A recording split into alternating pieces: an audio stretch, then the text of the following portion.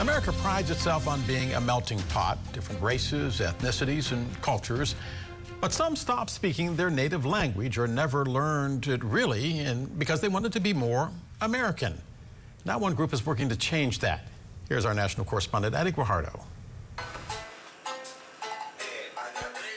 It's an online class. I sometimes make them dance and, we do all kinds of crazy things. Connecting the Latinx community across the country.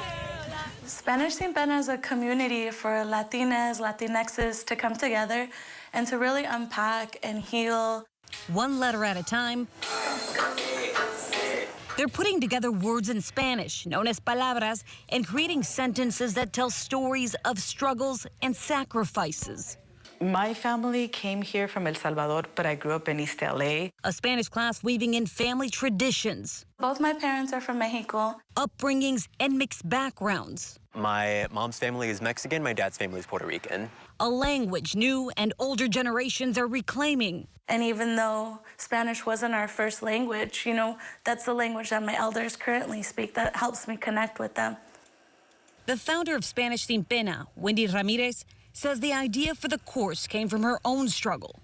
It came about from my own pena, my own shame, sometimes speaking Spanish. A shame rooted in U.S. history, pressuring generations to assimilate. Having shame about what your heritage is, where your family is from, because it's not what the majority is. In 2018, the Pew Research Center reported that Hispanics who speak Spanish at home declined, and those who only speak English increased. Folks would come up to me and occasionally start speaking in Spanish, and I would have to give them that look and be like, no hablo mucho, I don't speak a lot. Some parents choose to pass on Spanish, others opt out or leave the choice up to their children.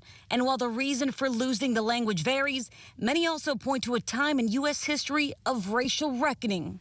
Spanish-speaking children were punished for speaking Spanish in schools.